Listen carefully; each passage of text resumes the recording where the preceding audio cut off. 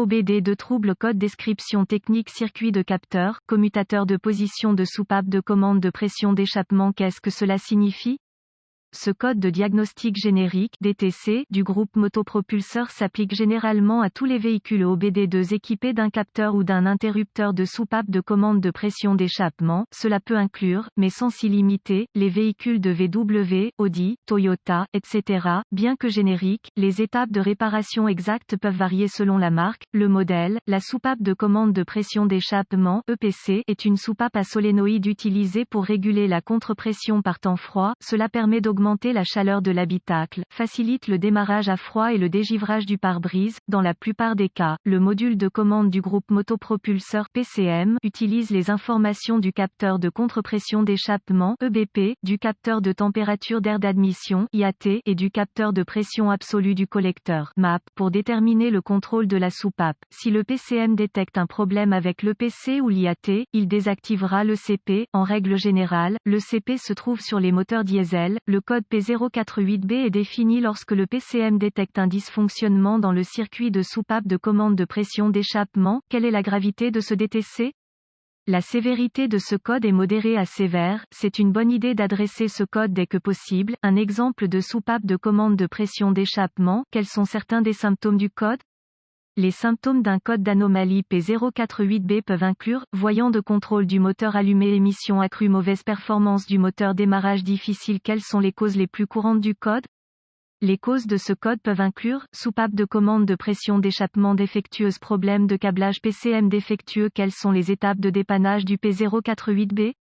Commencez par vérifier la soupape de commande de pression d'échappement et le câblage correspondant, recherchez les connexions desserrées, le câblage endommagé, etc. Si des dommages sont détectés, réparez si nécessaire, effacez le code et voyez s'il revient. Ensuite, vérifiez les bulletins de service technique (BST) concernant le problème. Si rien n'est trouvé, vous devrez passer au diagnostic étape par étape du système. Ce qui suit est une procédure généralisée, car les tests pour ce code varient selon les véhicules. Pour tester avec précision le système, vous devrez vous référer à l'organigramme de diagnostic du fabricant, vérifier le câblage avant de continuer. Vous devrez consulter les schémas de câblage d'usine pour déterminer quels fils sont lesquels. AutoZone propose des manuels de réparation en ligne gratuits pour de nombreux véhicules et ALLDATA propose des abonnements à un seul véhicule. Test du solénoïde. Retirez le connecteur du solénoïde. Utilisez un multimètre numérique réglé en ohms pour vérifier la résistance interne du solénoïde. Pour ce faire, connectez le multimètre entre la borne du solénoïde B+ et la borne de terre du solénoïde. Comparez la mesure de résistance aux spécifications de réparation d'usine. Si le compteur affiche une lecture hors spécification ou hors limite (OL) indiquant un circuit ouvert, le solénoïde doit être remplacé. Vérifiez le côté puissance du circuit. Assurez-vous que le véhicule est resté assis pendant au moins quelques heures. La nuit est préférable et qu'il est froid. Retirez le connecteur du solénoïde. Contact Mi. Utilisez un multimètre numérique réglé sur volt cc pour vérifier la puissance du solénoïde, généralement 12 volts. Pour ce faire, connectez le fil négatif du multimètre à la masse et le fil positif du multimètre à la borne du solénoïde B+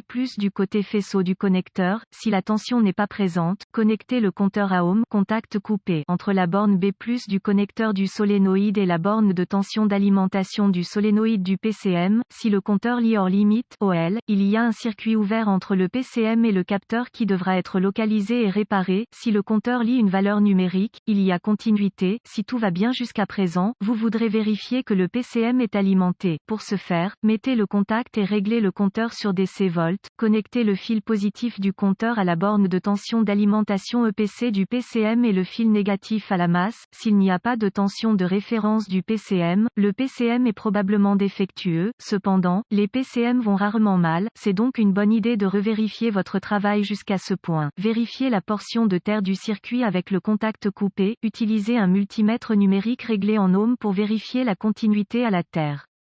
Retirez le connecteur du solénoïde et connectez le multimètre entre la borne de terre du solénoïde et la masse du châssis. Si le compteur lit une valeur numérique, il y a continuité. Si le compteur lit hors limite (OL), il y a un circuit ouvert entre le PCM et le solénoïde qui devra être localisé et réparé.